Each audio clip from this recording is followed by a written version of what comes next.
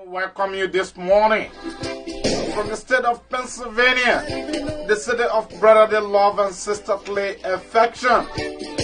I am your lead host, sitting here this morning, Mzee Abraham K. Kamara, coming to you from Studio 1 in Pennsylvania, the state of brotherly love and sisterly affection. We have Honorable Momo Taylor, who will take us through his experience in the Liberian civil unrest, and the brother is well seated in Japan. And so this morning we'll be discussing the issues of the War Crime Code, the human rights abuses in our country, the way in which our brothers and sisters were killed, our mothers. We still have these perpetrators, and someone is saying that Liberia is not safe. But you saw in Sierra Leone, those that arrested for the Sanko were Sierra Leoneans.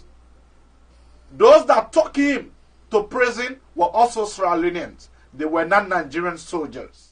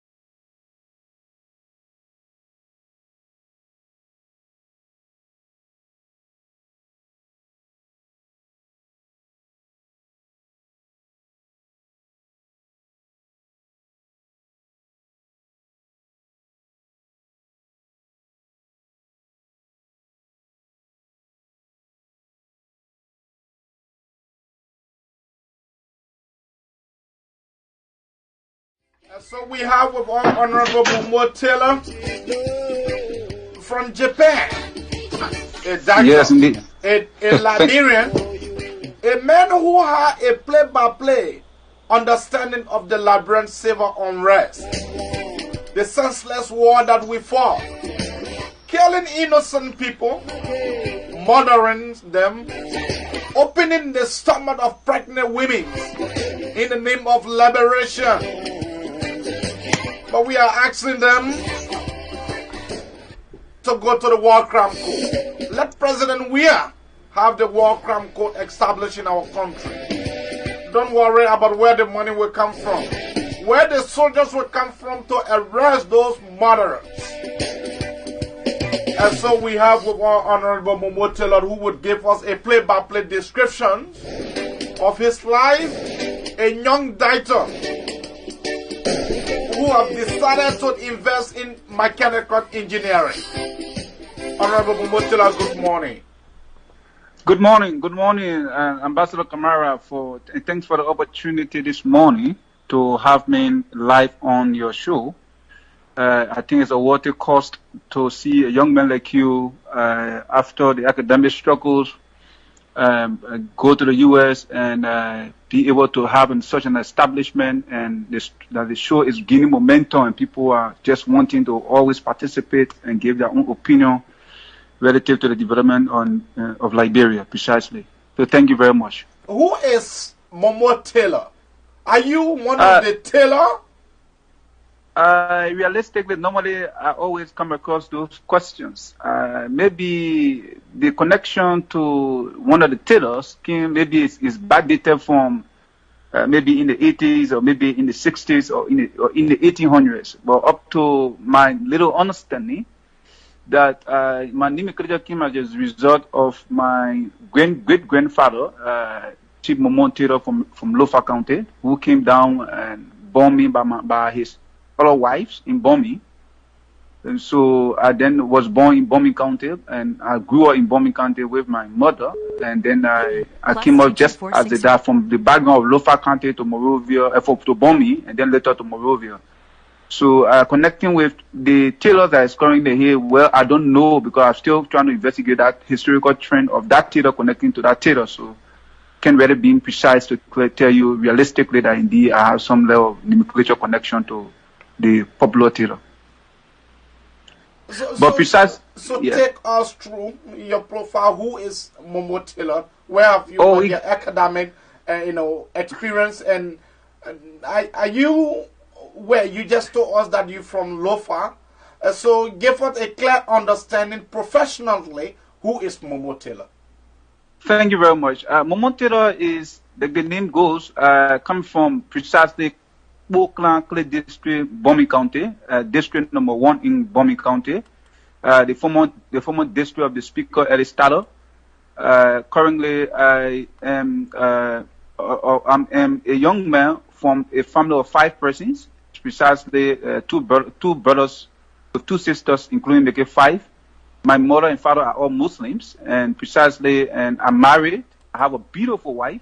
We've been together for close to 10 years now. And we have one daughter, 5 years.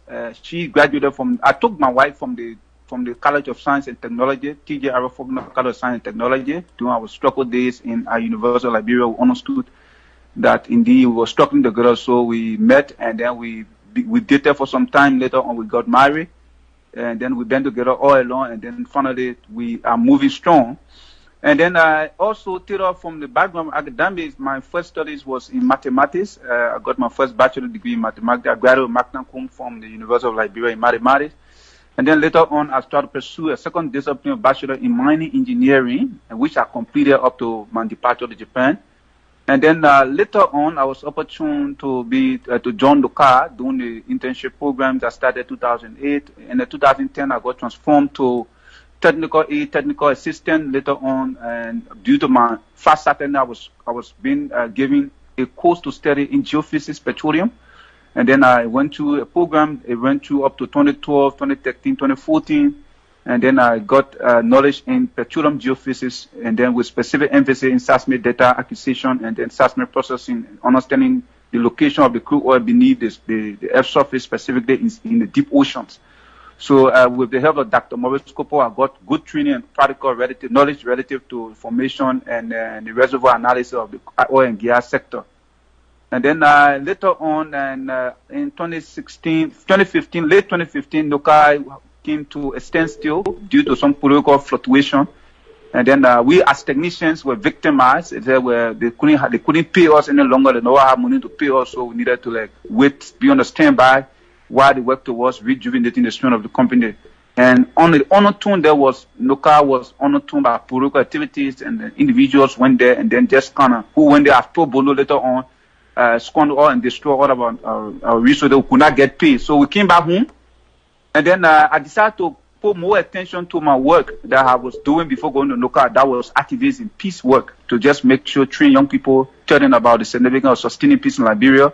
And then I decided to write projects upon projects to the UN project, to UNDP projects, to American Embassy, and I started implementing countless number of projects. My gear towards was creating platform for young people to discuss how can Liberia become sustainable, how can we do away with war, how understanding that our country went through 14 years civil unrest.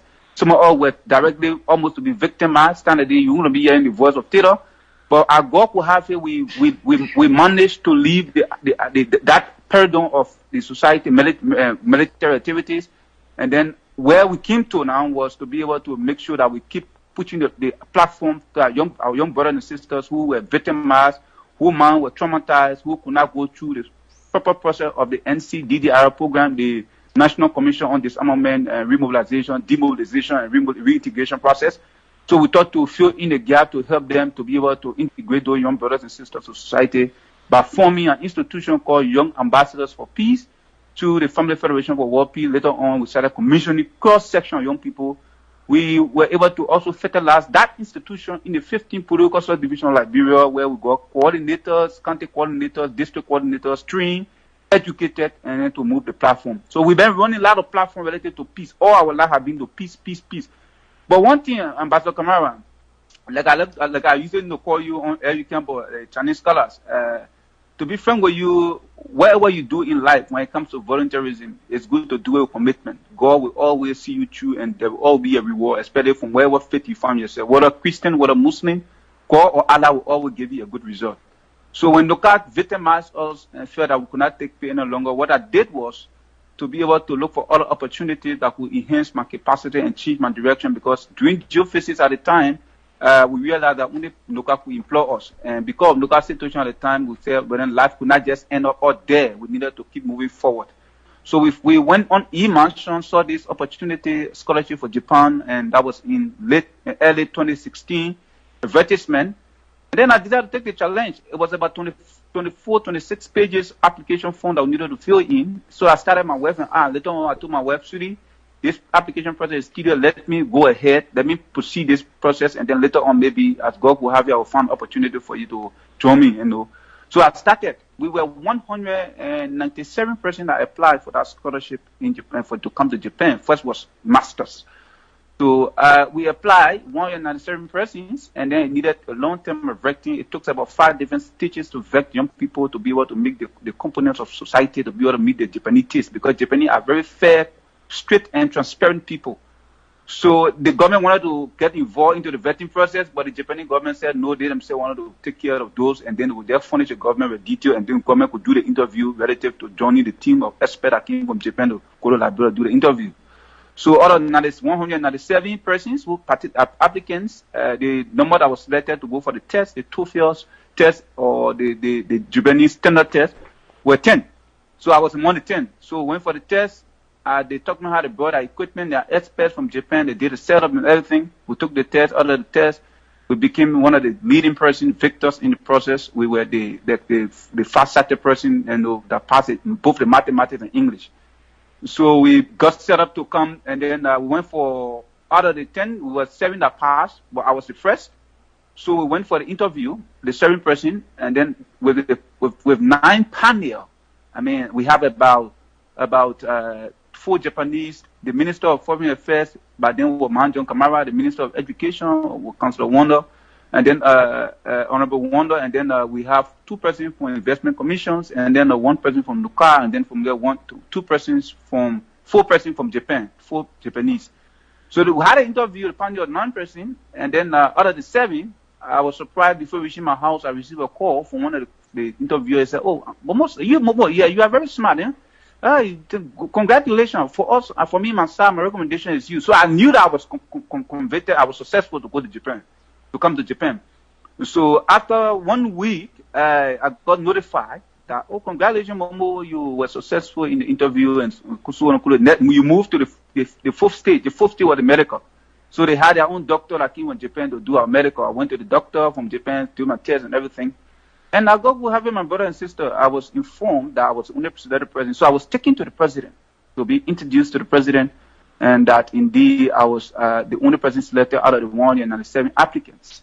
So I went to the president that evening, our house, and to amaze me, the most astonishing part is the president looked at me and told me, "Momo, thank you. You, Momo, thank you. You look very young and smart. Why you chose to do mechanical?"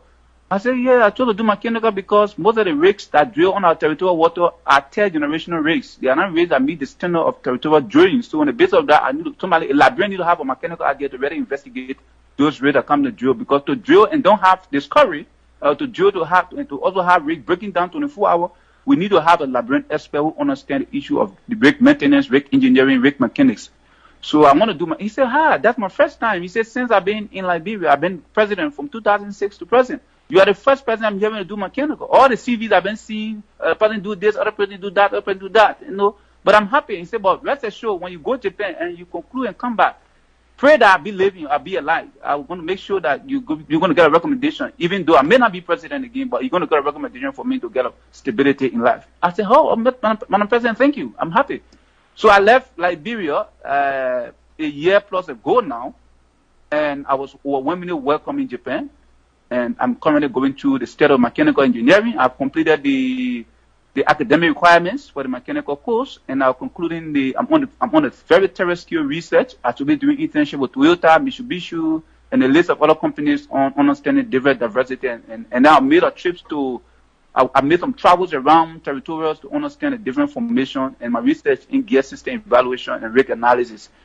So basically, that is the theater you want to know, and that's the theater you know about. And then apart from that, is in doing our activation process of peace initiative, we also invited Professor Patrick Lumumba. I wrote him personally and specifically to come and create a platform so that we talk to young people. So we blended him with 5 others and motivational speakers, the like of Reverend Dr. Louis, Dr. Tappet, and then the like of Dr. H. Burma Formule, and then a few other guys and who were around Liberia, to blend with Professor Patrick Lumumba from Nairobi, Kenya, to speak on the importance of general peace and reconciliation as to move to election.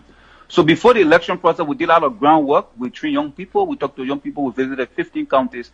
And as God will have it, we are on course. So anything you do, even the platform you're running now, Chief, I'd like to inform you, when you run your platform with sincerity and conscience, with great activation, do it out the way other guys who are running platforms around the world, doing it with money or doing other things, you always have a success at the end. So that is me, and that's how we're still moving. So I'm cognizant that by the time next year, I'll be concluding the second master's, and I'll be going to start a doctorate program and runs to up to 2023, and then I'll be back in Liberia to contribute my service and quota to the government of Liberia. Very good. Quickly, you saw the election processes, the way in which the election went. What's your take with how things are going back home? Looking at the way in which things are proceeding, our people, the hardship is increasing day by day. What's your take? Be a human rights activist, a young man. What's your take on the we are a government? Ambassador Kamara, I must admit, the government, the election went well. I must give praises to God first. And where circumstances that happened during the presidential election, we give also praises to the president, the then president, who smoothly transitioned to a new government. And that transition process was 100%. It was internationally approved. But on the overall, the electoral process, the process leading to elections, there were a lot of ups and downs. There were a lot of things that didn't go right. And I think it has a negative trickle-down effects on the current president, making the kind of international donor contact that needed to be made to keep our people to make sure our people live above $1 a day. Unfortunately, the president when he elected on the basis of electness, majority people were like, this thing must come to pass. They have fought 3 times, and there's no way. And I was kind of neutral in the process because my decision to support a candidate was within my heart. So that was not something because of my role as young peace ambassador. But to be frank with you, the government started on a good footing. It's just that what I think is causing different problem is to negotiate, to also work out details with donors and business practitioners to have an open market economy. I'm not an economist, but from my knowledge of Econ 203, the need to have a business economy, an open business economy is one of the things that will save Liberia. Other than that, we'll have an increased situation on a daily basis. I really pity the other day, I saw a release from the Ministry of Commerce stating that they have variety of prices for gasoline. Gasoline is ringing around almost $500 Liberian. That is kind of frustrating. I just realized that, I can just realize that we are going that far. The real risk is around 143 that the government cannot control the current state of economies, allowing foreigners, allowing white people, allowing Lebanese business people, allowing other people who have no good nationality will be able to control our economy, to dictate to our economy, to tell them, how their process goes. And the people the government does not have the kind of weight, the mantle, the zest. When I say the zest, I'm talking about like the days of charter, where when charter city is very expensive. He said, from now within 24 hours, let the team try. Well, he don't care where you get it from, where you got it from, what money you spend. The fact that it's in the country and you are contributing to the public, general public that bring people, he tell you realistically that this thing will come down. So I think the government have lapses when it comes to controlling the economy and trying to create a negotiating power to be sure that people be able to afford buying goods and services from business practitioners. That's one of the areas. And another thing again is some of the appointment government is making. I think if, for instance, Ambassador Kamara, if I'm the president and somebody support me to become president, the only thing, if the president does not meet the requirements to become a minister or assistant minister or a deputy minister, what I think I can do for the president is to provide opportunity of scholarship. So that president can go and get foreign and get a master's degree or get a terminal degree and come back and contribute to the economy. To appoint people who are college drop out, to appoint people who are high school drop out. I mean, it's kind of frustrating, and that's one of the things that's causing problems for the government. The government should prioritize people who are competent, who are able to deliver, who have the experience, the skill, the knowledge, the technical know-how to be able to deliver and transform the life of our people. That's the only thing that the government can work on. And if the government can seek in those directions and work in making sure that the things are brought down in a way and have an open market economy, trust me, Liberia will be one of the places where everybody will want to go to. People are fighting to that. People are praying not to go back to Liberia. I saw a lot of Liberians, a group of guys from Korea, they were stuck in the terminal because the funny way to enter Korea, they could not enter. They went there to, quote unquote, they said, to conferences. Unfortunately, we have almost number of them stuck in immigration sector, running away from Liberia. See how frustrating and pathetic it is. A lot of people call me on a daily basis, Ambassador, don't come to Liberia now. Because Liberia is tense. Things are getting more terrible. People are, getting frustrated. Everything is getting too hard. You may not survive in fact, you come in with mechanical engineering, who's going to employ you? I'm not too sure FPRC will get space for you. I'm not too sure even GSA, a mobile will get chance for you to work with GSA and help the government. Or I'm not too sure NOCA will have a space for you. So it's better you work international. Go work with Toyota. I say you're going to be doing internship. Work with Toyota. I tell the people, I say, though I didn't sign any contract with government to go back and work for a number of years. But realistically, in my conscience, in my heart, I have my wife, I have my daughter, and I need to go back to contribute to the economy. Where until we go back and give some services and then decide where to go next. So that's the situation. The government is unable to control the economy, and the people are living in agile poverty and devastation. Yesterday, I did a research few hours ago, and it indicated that the Lebanese are completely criminals in our country. Seriously. They buy 1 ton of rice is almost 500 and some more. In fact, 457. The actual price here is 457.7 cents. That is for a ton of rice. And if you do the mathematics, that means 24,000 plus bag of rice that they're buying for $457.07 on the world market. Now, so if you ship it to Liberia, and people are selling one bag of rice for $50, $60. If you do the mathematics, you will get to understand that these guys are crooking our people, and the government is not doing anything about it. And you remember what happened, the issues of the rest riot. Yeah, and let me tell you something, Chief. That's one of the areas. If you can be able to bring goods and services down to affordable prices where Liberian people can afford, I don't care what you do in the government, they don't care. The fact that you are making, the sector of businesses of those goods and commodities are cheaper, are down. But the first place is the government cannot control the market sector. That's the problem. It's frustrating. I'm not an economist. You people are economists. You people want to send the technical knowledge of the economic sector. But from a little knowledge, the government cannot control markets, prices. People think are escalating. They are saying that a president that cannot control the market economy, that president is not a president. He's either being taken there by go slow or something. To be frank with you, then we move to the issues of war crime code. Are you for it or against it? Do you think it is timely? Looking at it, do you think it is really timely for us to have a war crime code? Yes, that's 100% yes. The reason why I say yes is because in the past regime government, in current government, we're making a lot of advocacies towards the establishment of a Royal Crown Court in Liberia. More besides, they were pursuing the TRC report, the crying that PRC report must be enacted so that people who committed atrocity, who destroy life and property, people who ate human beings for no reasons, to face justice, and those justice must be, they must either face justice, and if found guilty, be charged and sent to prison for a number of years determined by the court.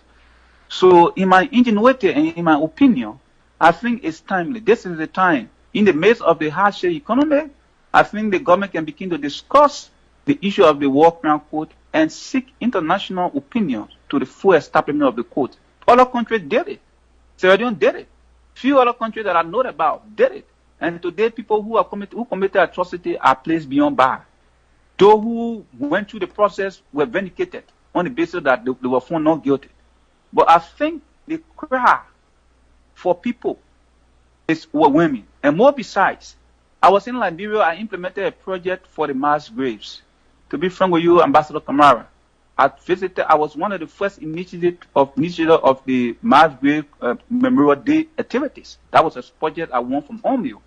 We went to the mass grave in Duporo, where today we collaborated with the Independent Commission on Human Rights to build a monument there. I mean, it was pathetic and frustrating that you would hear close to 5 persons who went there at the small bank of the river at the back of the Duporo Road there to seek refuge and find their way to go other places. They got there, they got stuck in an ambush. Armed soldiers. I don't know which group they were from or which group they were part of. Armed soldiers, look at those thousands and thousands of people with blows and bundles on their head, seeking refuge to cross that small river and get to other places to save their lives. Put those people on gunfire and kill other than for nothing. I hate the people were their enemies. I think when there's a war, when people are fighting war, I think you fight towards your enemy, not to go to kill those who you think you are defending. So it's frustrating. And apart from that, even the death of the 13 ministers who they killed during the time of those regime, we went to the mass grave. We realized that was not only the 13 ministers. They have over 200 persons they buried there. We went to the lynching compound. People went there to seek refuge, to protect themselves. Armed soldiers opened fire and killed all those people dead. It's frustrating and pathetic. These people who committed the atrocity must not go free. If the government cannot do anything, this government who advocated for war crime economic code to be established in Liberia cannot implement that portion of that economic or war crime code establishment. I mean, it's a serious slap in her face and a serious defeat to her conscience that she did not do well, though she needed not to advocate during the regime of Commander Ellen Johnson. And I think in my mind, the reason why Ellen Johnson did not adhere to the establishment of that court at the time was maybe because she was part of the TRC. She was involved in the atrocity on the thing committed because from history, though I was very small at the time, 1986, but they said she contributed $10,000 towards the process of getting arms and what have you to Charter and some other groups. So on the basis of that, because of her entrapment towards the TRC, even if it is myself, it will be difficult to agree to establish a code. But because I'm not in the picture, she's not in the picture again, and this government that has clean hands. This is the time for this government to take the initiative and erect every necessary checkpoint that need to be erected to save the life, to save future embarrassment, to save the peaceful citizens of Liberia from those guys who are also planning to cause chaos in the not too distant future. So these are serious critical issues that the government must look at. No matter the country's state, social, and circumstances now, this is the right time, and I think the guy who took the lead to bring that crowd out, who be every hearings, did a very magnificent job. I worked with him for some time to submit some bills relative to pension issues, relative to the establishment of the inculcation of technical vocational education to high school, and we jointly did that implementation in partnership with Young Ambassador Peace. The issues of economic crime code. You know, I'm taking you from segment to topic. Yes. The issue of economic crime code. What's your take? No. Yeah, my take on that is much more significant because it is important for us to be able to discuss these issues relative to the establishment of the court. The court remain very cardinal. The code remain very cardinal so that we can be able to... The economic crime code. Yeah, it is very cardinal. Having the understanding the way in which the Liberian people resources was some food from Noka where you, Momo Taylor, worked at in past time.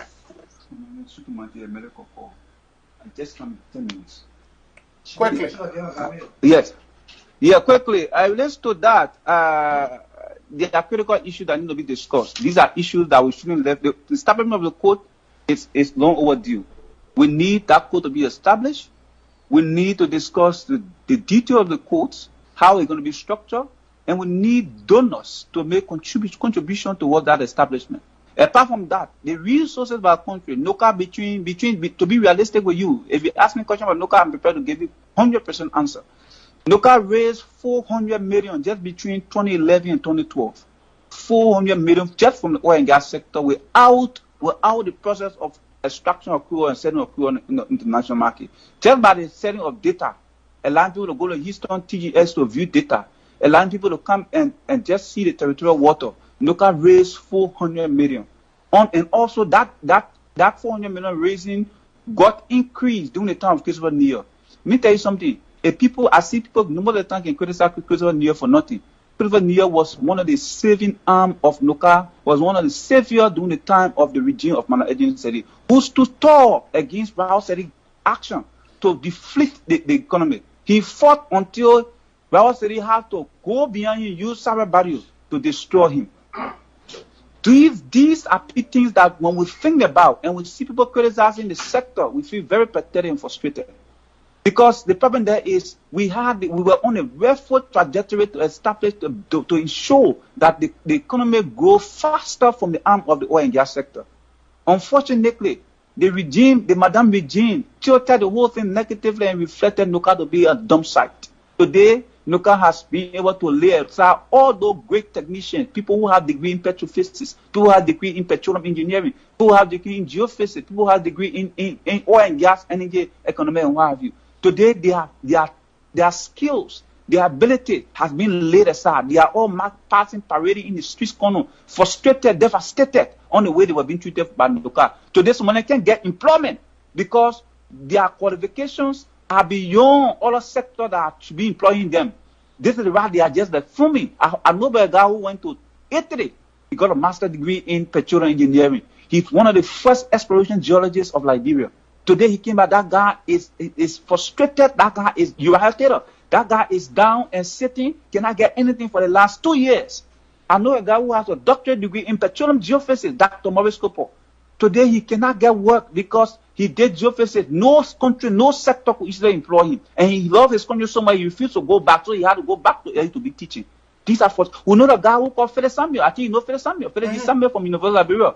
Felix Samuel has 2 master's degrees. He has the first master's degree in electrical engineering from Ghana. He has the second master's degree in petroleum engineering from Ghana. That guy is so educated to the extent that nowhere he can get. He's doing consultancy in Ghana to survive. I know the guy who called Tikula Jerry. This guy came fresh from the U.S., from America, Pittsburgh, University of Pittsburgh.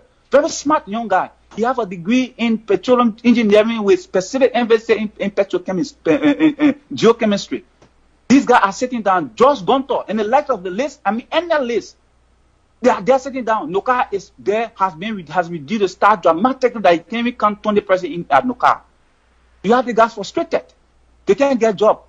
Today they are floating around. You have people who, just because of one person who destroyed NOCA, one person, Rahul Sedi. Because if you could not find a way to befriend Rahul Sedi, you were not going to get a job. Those guys who left NOCA and got a job because they were best friends with Rahul Sedi. We were not friends to him. We refused to establish friendship with him.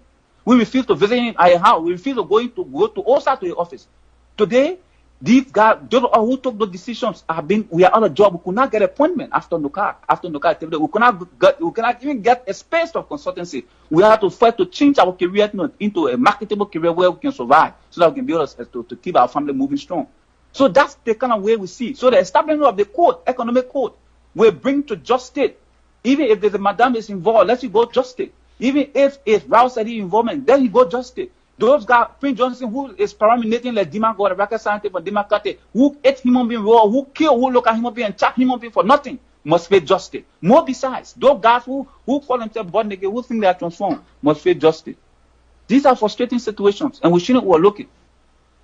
So these are the issues that we discuss. Quickly, before going to the phone, what's your take on the issues of dual citizenship? I think Liberia deserves the right to give opportunities to her citizens. If I'm opportune to leave Liberia and come and study here, and I decide to go back to contribute fortunately for me, I came to study and I encountered somebody who loved me and I got married to them. God educated, got a family. It does not negate the fact that I should be exonerated. I should not be given the right to become citizen of Liberia. I think the issue of dual citizenship is something, if it is a Liberian who maybe left Liberia and went to America and lived there and got citizenship, because one, they are footing either for opportunities, or maybe scholarship, or maybe for health reason, and stay there, got citizenship, and somebody American gets here and marry you from any part of the world. I think that person, that Liberian deserves the right to share both citizenship with Liberia and also America. But on the contrary, if a foreign national is a non-Negro descent, I think for me, my contribution towards that person cannot be a citizen. Why? But let the right be given to, the reason there is because we are talking about liberalization policy.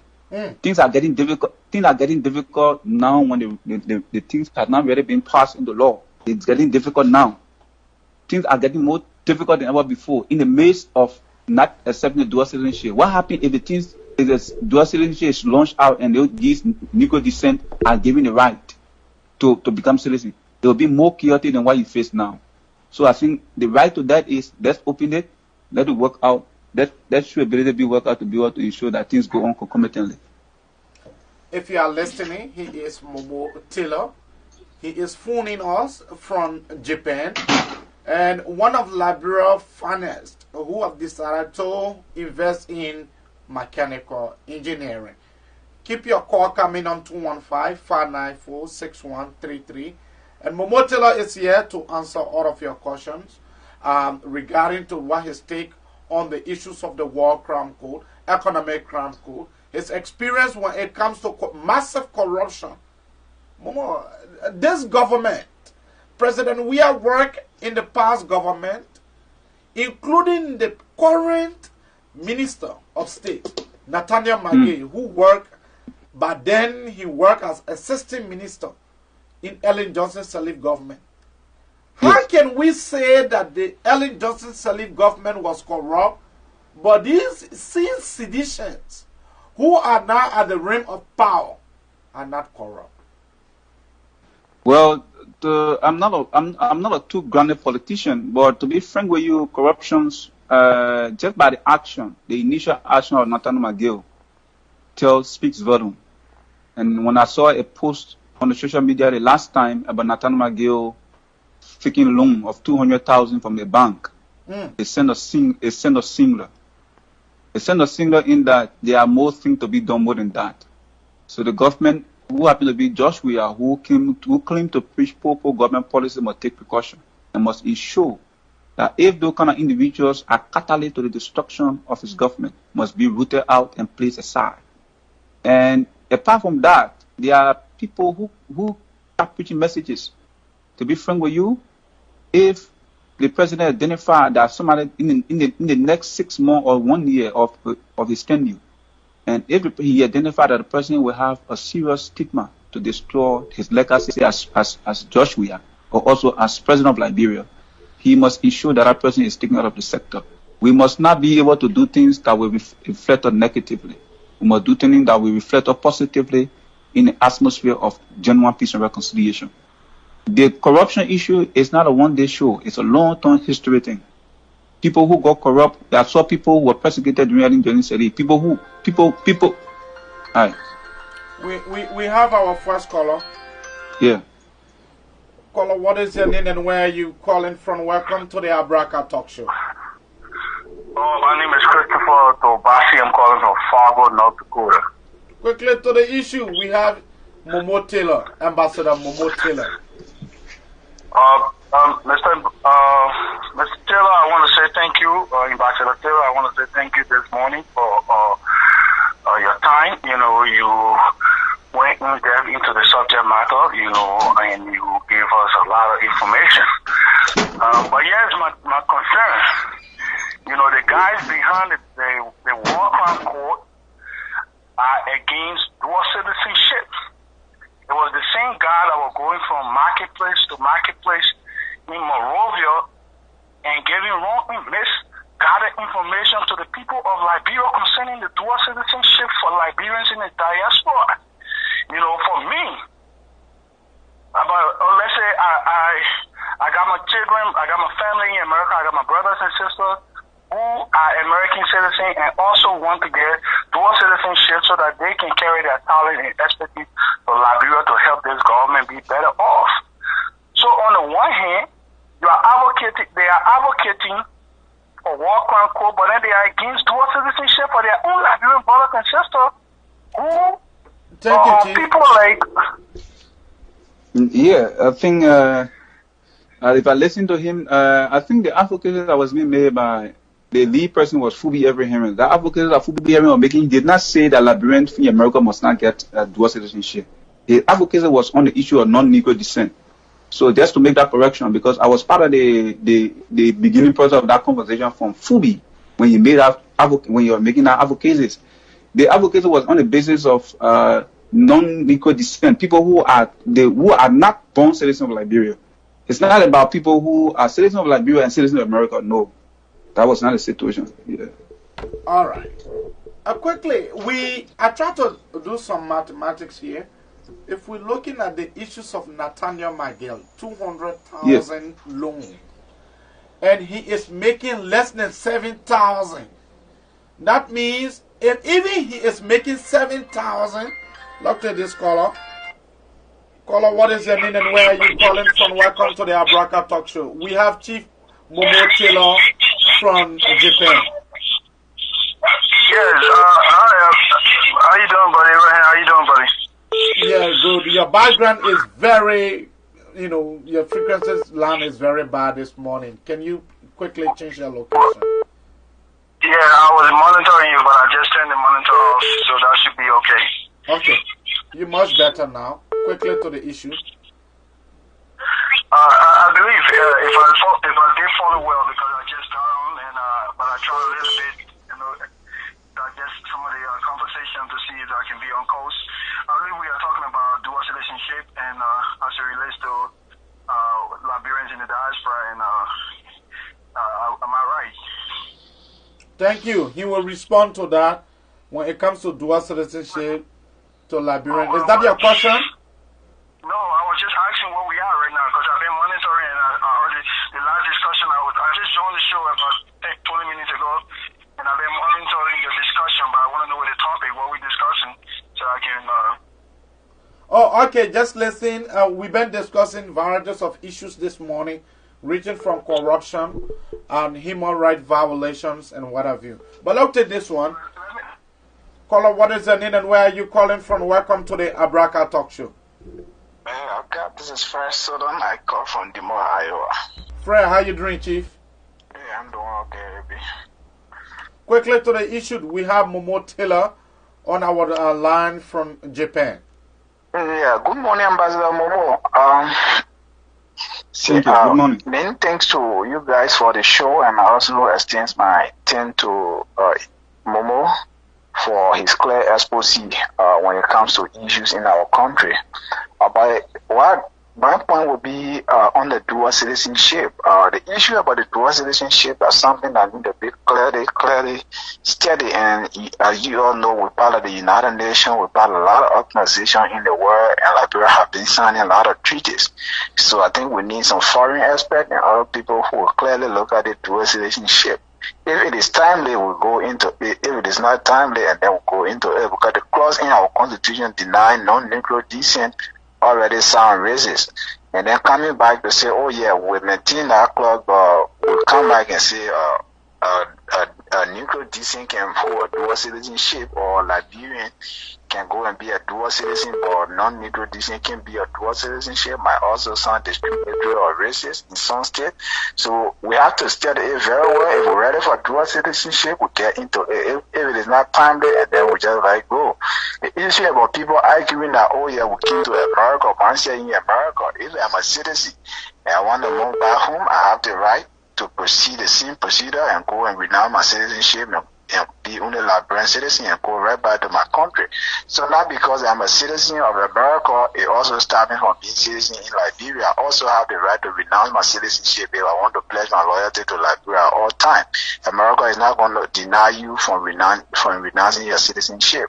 So if we are, but your ambassador have refused to denounce her citizenship to America, so for now she has not been accepted.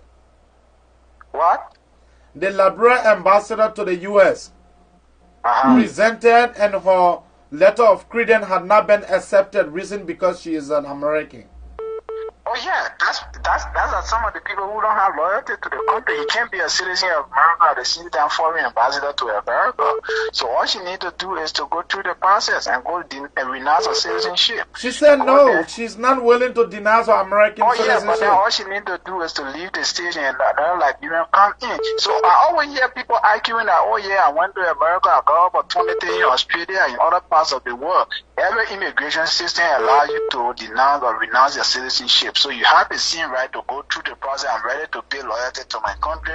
From today, I'm not citizen. You go through that process and pledge your loyalty to Liberia. So people should not use it as a stepping tool to say, oh yeah, we're only grant Liberian dual citizenship and we'll deny other nationality or color dual citizenship. That is not in the right direction. So I think clearly we need experts to give advice, because as member of the United Nations and many treaties we are signing in the human rights setting, we should be very careful in how we proceed with our law. Thank you, Chief. Thank you. Momo, do you want to respond to anything? Yeah, just short, but they are all speaking well. Like the advocacy is just straightforward. The issue there is it's not antagonistic to say we denounce or we not accept to make our Liberian brother who became citizens from elsewhere to not be citizen of Liberia. The fact remains very crystal clear. The only thing there is, if you want to be a patriotic Liberian and you want to stick to one side, understanding that the Liberian economy is a stable position from your angle and from your thinking, and you want to take one direction, is fine. But while we discuss the dual citizenship, we were saying that the dual citizenship must only perfect or affect those who are non-Negro descent, who are not part of Liberia from any angle, from any dispensation. They have been our advocacies. And apart from that, if you have the opportunity and become citizen of America, is I will. And for the issue of that ambassador who refused to denounce or citizenship of America, it means that she don't want the position, she don't want to serve as ambassador, Liberian ambassador to America. That's been very straightforward. So we should not sugarcoating. The people should not be in dual capacities and want to come and serve the nation. You want to work for America, you can work for America in the aspect of discussing, in the person of discussing the dual citizenship, but several checkpoints might be erected. Ambassador Kamara, let me just tell you a quick example before I go up the line. The issue of liberalization. If you go to Ghana, I didn't see, all the time I visited Ghana, I think you've been in Ghana also, I didn't see any foreign national being a manager or the head of a shop or a store in Ghana. I didn't see that. They were always either at the back, and if a Ghanaian was the manager, a Ghanaian is a manager who's standing there and talking to Ghanaian. So if we want to go a route of making sure that everything contributes to our effort, even though we sign international treaties with the United Nations, with other institutions, but I mean, there are issues. If we see that there are issues not going right for our country, we need to make some adjustment. We need to go back and discuss issues of such kind with international partners, and then give us the idea related to how do we proceed forward. But it's kind of tenuous to see a country that is 171 years old and still going through a crisis of serious abject poverty, massive driven poverty, where people, absolutely living serious in real predicament. It's frustrating. So the only way we can manipulate around this is to be able to erase some checkpoint that was not erected properly in the past. That is maybe to ensure that we have the issue of dual citizenship discussed perfectly. We have the establishment of economic crime, work economic crime code, and we have a president that will be more patriotic to Liberia and ensure that Liberian commodities are restricted in a way that foreigners don't dictate the prices, but rather the government dictate the prices and they work in line collectively to ensure the thing are stabilized.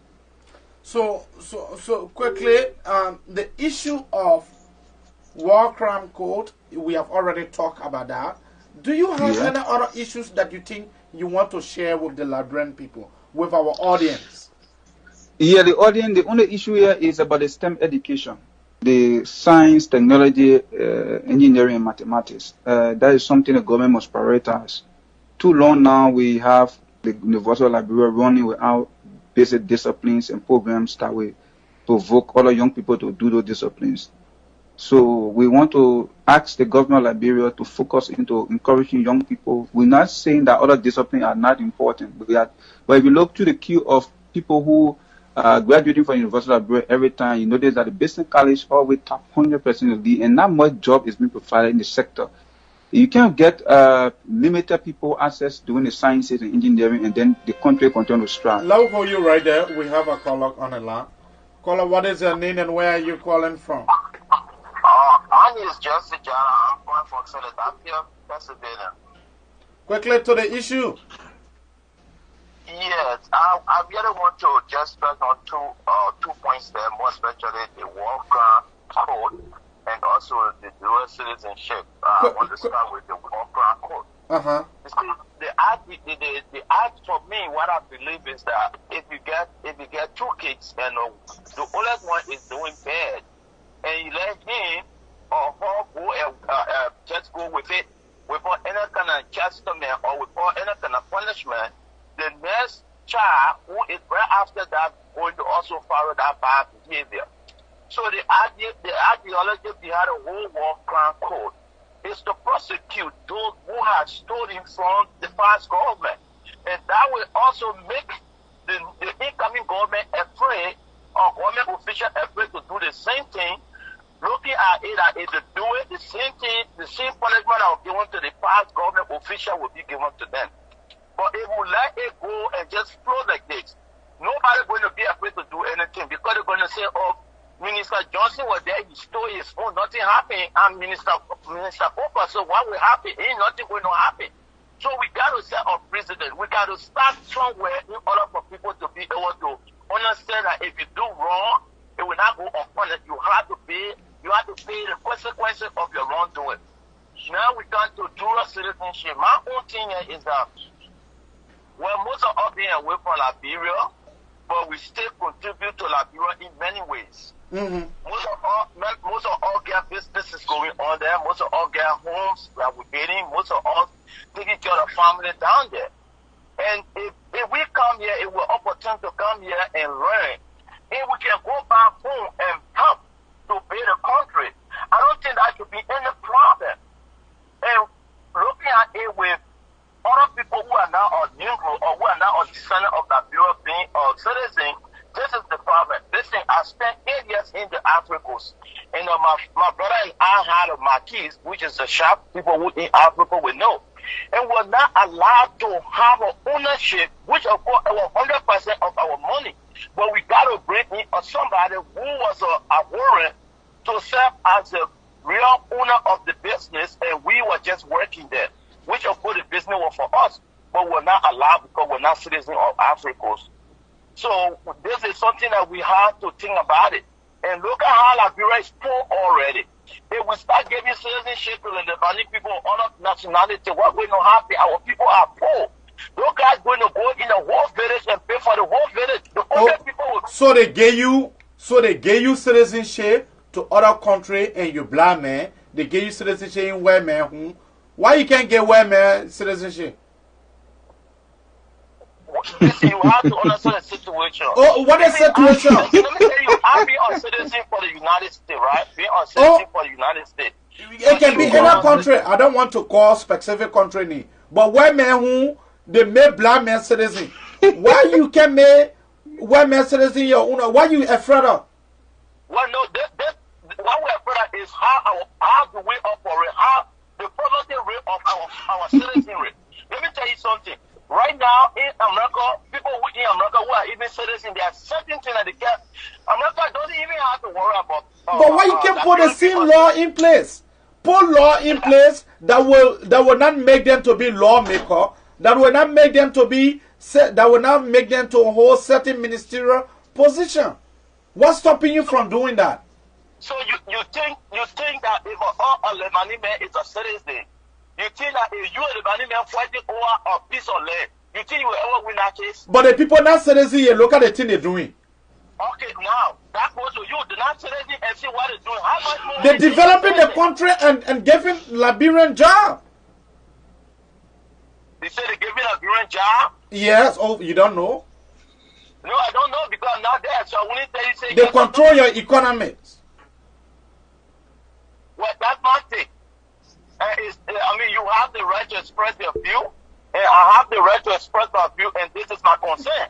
Quickly, So, the next If issue. you need know more about it, then you can support it. But I wouldn't support it. No, I think like a devil advocate here now. You know. Yeah, that's my own take. Okay, quickly to the next issue. No, I think you mean Okay, all right. Okay, thank you. Momo, you listen Okay. to the man. I mean, we go to people country, you know, they give us citizenship not because of the contents of the skin, but the contents of the character. So why can't we do the same?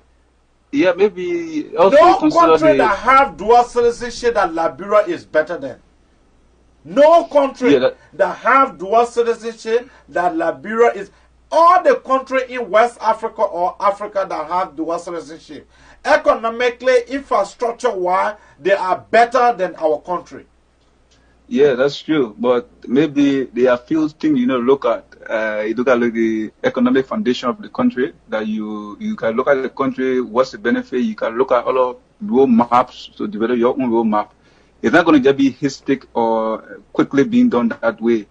But if the proper procedures are done and applying with what other countries did to reach that point, I think we can do the same and positively. But considering that the issue of giving white man citizenship must be looked at technically, and I think the guys who are making the advocacy, we all that are contributing to them, we are looking at various angles and try to analyze our data well to be able to make sure that when we puffer this thing and they can come to fruition or don't come to fruition, we understand the pros and cons attached to that. Look at this caller. Caller, what is your name and where are you calling from? Welcome to the Abraka Talk Show. Yeah, good morning, my brother. I'm calling from Pennsylvania State College. Quickly to the issue, we have Ambassador Momo and Taylor on the line. Yeah, I congratulate the two brothers and sisters for you discussing the issue on the dual citizenship. What happened to it? Yeah, what I do favor is that I favor that Liberians that are in the diaspora who holds a dual citizenship can also be a citizen of the Republic of Liberia, not Negroes. You know the reason why we say not Negro? Look back to the 1847 Constitution. Then look at it historically. The 1847 Constitutions had in it the suffering that the Liberians underwent during the times of slavery, the period. Look at the 1847 Constitutions. So when we say in the other nation that you call the white man nations, the nations were built on the back of slavery. The blacks built the nations. So we are reaping what our forefathers have sown into this country. They haven't made investment. They haven't been enslaved in Africa. But Africa being enslaved in white man country. So they will have the right to hold the citizenship there. So if you are talking about a point of how we hold citizenship in white man land and why white men cannot hold citizenship in our land, you're seeing that they are reintroducing the modern form of slavery back into Africa. Caller, you are very far from your phone and you coming in, You getting me clear now? Yeah, you much better. Quickly, we have other callers on the line and we have less than 20 minutes to be here.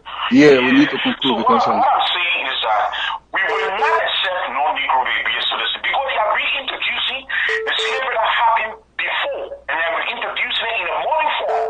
Like we have been slave. I worked with Lebanese for a period of 4 years. I worked with Lebanese at the railroad building on the only compound in Virginia where I saw my own Liberians were ill-treated.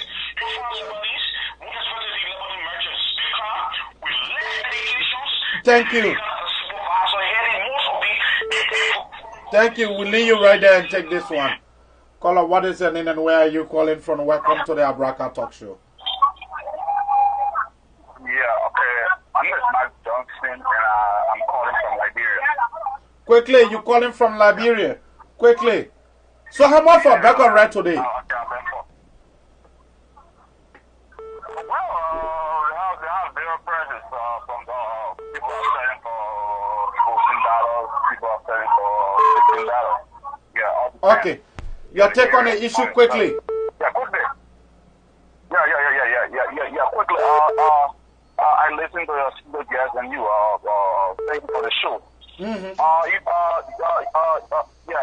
it comes to the issue of Minister McGee, you know, I don't know how people will call it corruption. But this honorable man went to the bank for the due process of taking loan. Okay. So, okay. Then we'll come back again. The corruption, we said no. There's not corruption. So if you taking loan, no, I come in. Let understand it. Maggie did not take loan when he was assistant minister in Ellen government. Maggie did not take loan when he was CDC chairman. But Maggie is about to take loan when he is minister of state. Now, I don't have a problem with that. But look at the calculation. If it is true that the president of the republic will implement what he said, or will be implemented, that no minister will make more than 7,000 in his government. Now, do the mathematics. If Miguel will be making less than 7,000, that means it will take Miguel approximately about 6 years.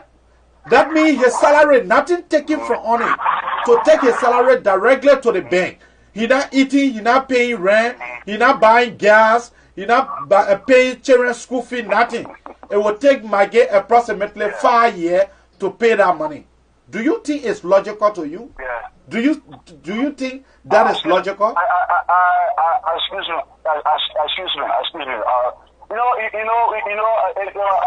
Sometimes before coming, to make clean some people, we want to get a delegation.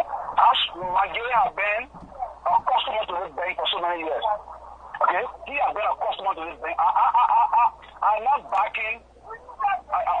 But Sarah will discuss that another time. Thank you. Man.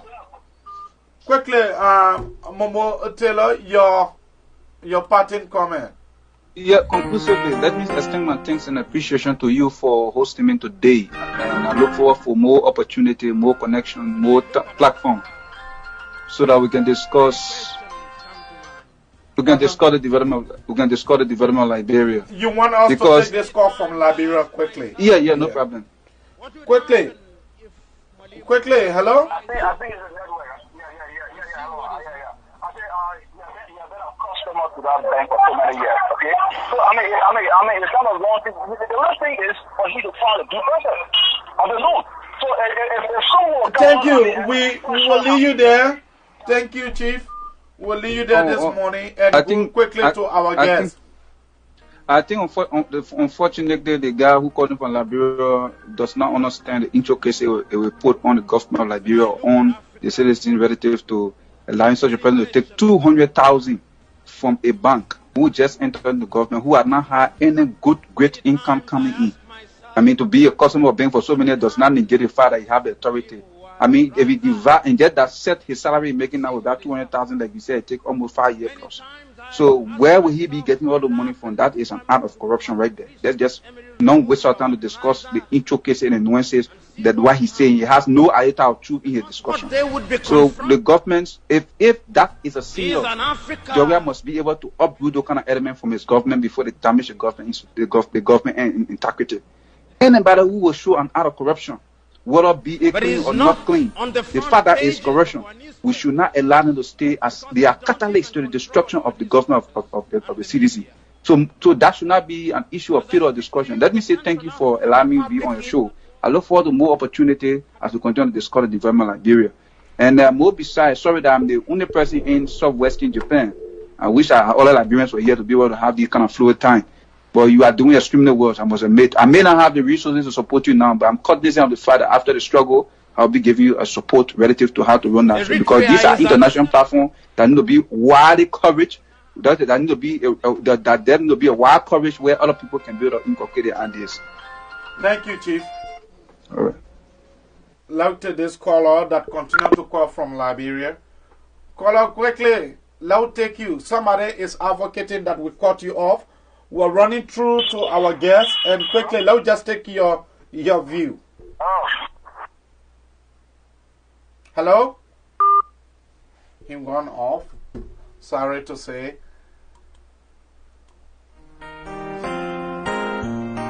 Yeah, he come again. My man, you are our last caller for the day. Quickly to the issue. Hello? Look at this one. Hello, caller. What is the name and where are you calling from? Yeah, AB, how you doing? This is Sheikh Jabate calling from Australia, man. Sheikh, how you doing, Chief? Yeah, good. I just want to tell the big brother, thank you, Mr. Momo, for his academic achievement towards our country and the love that he's sharing. And big thanks to you too as well for the platform. And I really admire how you display your number on the screen for all of you from various countries and continents to be able to call. We make it easy. It's not like other people who come on our platform. You have to be screening yourself to get the contact detail, the call, even though there's an important discussion that will be going on and you want to participate and give your little bit of input. But this is very good. So my issues here is I just want to take 1 or 2 minutes to address the issues of Mr. McGill. Mm-hmm. Look, the thing is very clear to everyone. It is very clear to everyone, Nathaniel McGill. Nathaniel McGill, what he did, he's following the leader.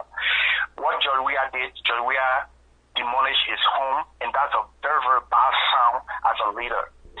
John Weah make all the money in the world when he was world best, player of the year and all this sort of stuff. Why he never went and demolished his house and built a new one? But he had to wait. When he was senator for Mosurado for three years, let's be very honest, nobody hate John Weah. But when somebody does wrong, tell people that this is wrong. And you understand? Mm-hmm. When somebody do right, be able to tell the person in the fight. I got problem with certain Liberia there.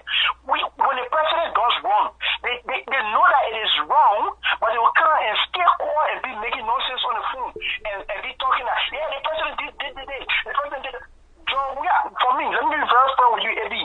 I've never seen anything that John Weah have done when he was senator from Mosurado County. Let me be very honest with you. Nothing, no fuck man, no footprint, nothing at all. This guy did not. The brother was not even successful when he was peace ambassador. Exactly. He did not declare his assets. And which is prohibited. That's why I got problem with a lot of lawmakers in that country. That country, if we just have to share that country. Because if something is written, it's called Constitution. This is the law that governs us. The Constitution is there that all government officials should declare their assets before taking over office. And when you take over office, for example, if you are a deputy minister AB, before they promote you to a full minister, which is promotion, you will still have to declare your assets when you were deputy minister at the time. And when you take over that, before you take over that position as a full minister, you still have to declare your assets. Not to even mention the higher office in the country. Why is it that John Weah become president for the Republic of Liberia, John Weah cannot declare his assets? Thank you, Chief. Demolish his house. So what he did, this is what McGill is doing. McGill has no money. This is a sign of corruption. McGill was renting from where Roden Dwell after he couldn't even pay his own house rent. We know the history. But my question was, so Nathaniel McGill don't have children? We know all those things there. So my question was, so Nathaniel McGill not having children? Let's take, for example, the man get a loan. Let's take it for a fact that Nathaniel Magid received the money and he is to pay back to the bank. If Nathaniel Magid taking his salary, 5,000 or 6,000 every month to carry to the bank, to pay, it will take Nathaniel Magid about 5 years. So are you telling me Nathaniel Magid can eat? Is Nathaniel Magid going to be in that position for more than 25 years? Thank you, your chief.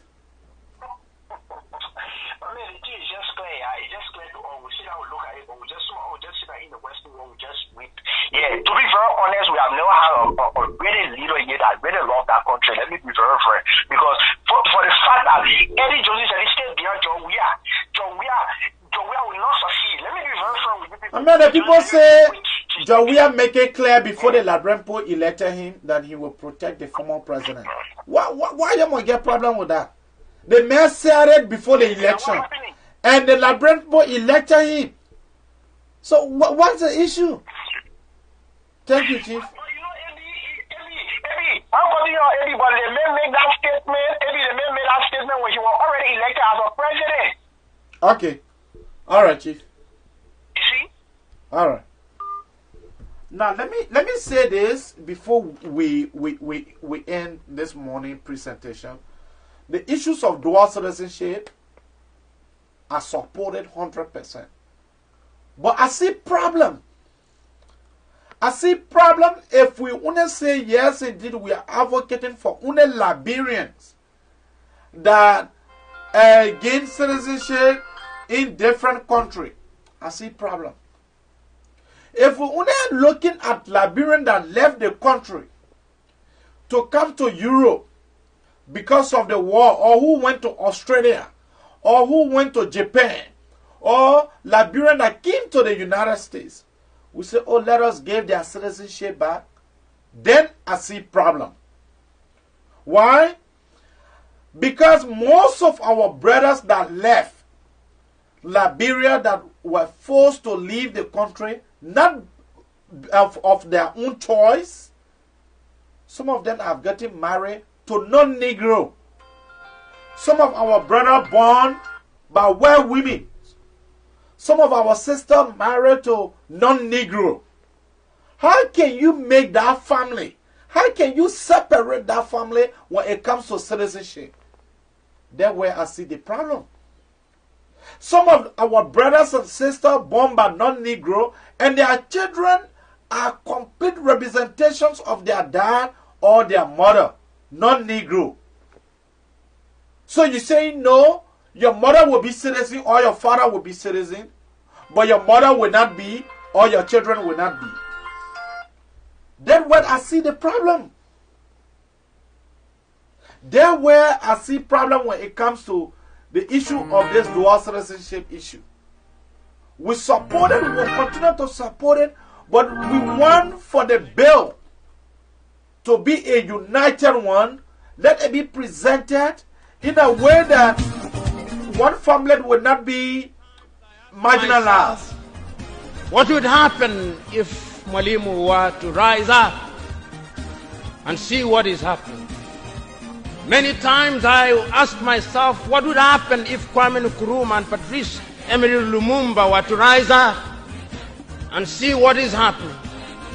Because what they would be confronted with is an Africa. Sorry to say, we are not taking any more calls. Unsettled. That how would go home this morning. The war going on. And the next time you see this face, but it's not, will be Monday morning. Pages of our newspaper. And our guests, because we have been Momo Taylor and the media. Dr. Momo Taylor from Japan. As I speak to was you, our guest this morning. Public, a young man, a brilliant one. We talk of it from a country located on the west coast of Africa. To you now, called Liberia. In South a country Sudan, that was founded by free slaves nation in 1822. The Nuer and he is a descendant of the Taylor family. As I speak to you now, the Chief Momo Taylor from all the way in Lofa County.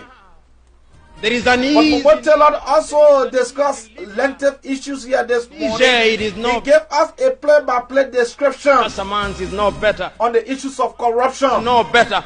He even gave us an in total of the Noka deal. Confronted with The shelling deal that went on at Noka. Africa The brother also gave us a clear understanding of our educational sector. is growing, but which He also talked about peace and reconciliation. that is the Africa that they would be confronted And with. so, Momo Taylor, we salute you this morning. Confronted with an African which, say as thank you. Professor Mlama intimated in our We say presentation, thank you to the an madam, African to the people, the peace-loving people of Liberia. he does not. We also say thank you to our audience. They would be confronted. Trust me, if this morning presentation was not better, Women have I no. will obviously make it better on Monday morning. Like I always say, They would be we say sorry to those who that we have hurt. young men and young women We say sorry to those who have been marginalized. at the embassy But one good thing you should remember this morning, and at the United States that of the America, Liberian people are people of peace. mighty green card. They would be confronted with an Africa We are not journalists, and women and from we don't plan to be one. Nigeria We are just a mere talk show host, and Mauritania Seated. down in the and we created this platform on the basis of informing our people. this time round, And so I thought it was not wailing and that kicking, our and they are platform being will be taken different away. from other platforms. They are being That is the reason why we invite people that have the clear understanding of in issues. Europe and America. We bring professionals on this platform. But myself sitting here, African, I am where a son of a lion. I am called Mzee Abraham. That's what I leave you where this morning. Africans are Baba not for proud of their things. And Africa, where in the hotels of Dar es Salaam or Nairobi, even food has foreign names. When we fry potatoes, we call them French fries, even when they are fried in Dar es Salaam. That is the Africa that they would be confronted with. They would be confronted with another Africa. An Africa which does not tell her story. An Africa